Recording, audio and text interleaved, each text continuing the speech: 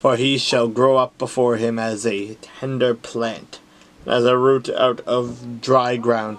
He has no form or comeliness, and when we see him, there is no beauty that we should desire him. He is despised and rejected by men, a man of sorrows and acquainted with grief. We hid as it were our faces from him. He was despised, and we did not esteem him.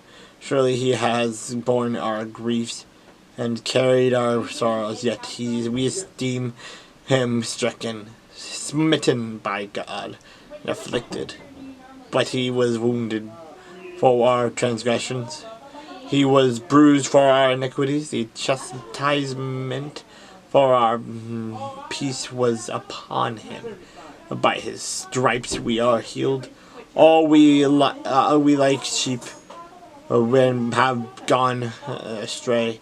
We have turned every one to his own way, and the Lord has laid on him the iniquity of us all.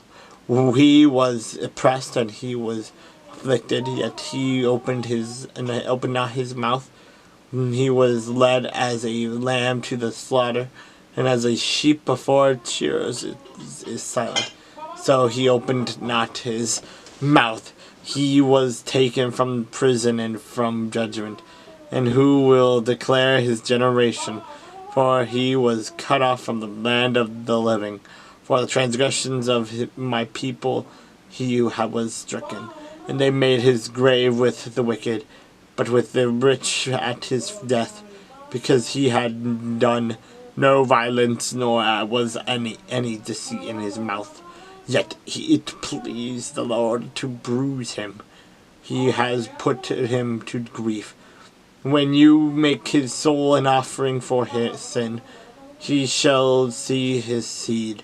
He shall prolong his days. The pleasure of the Lord shall prosper in his hand.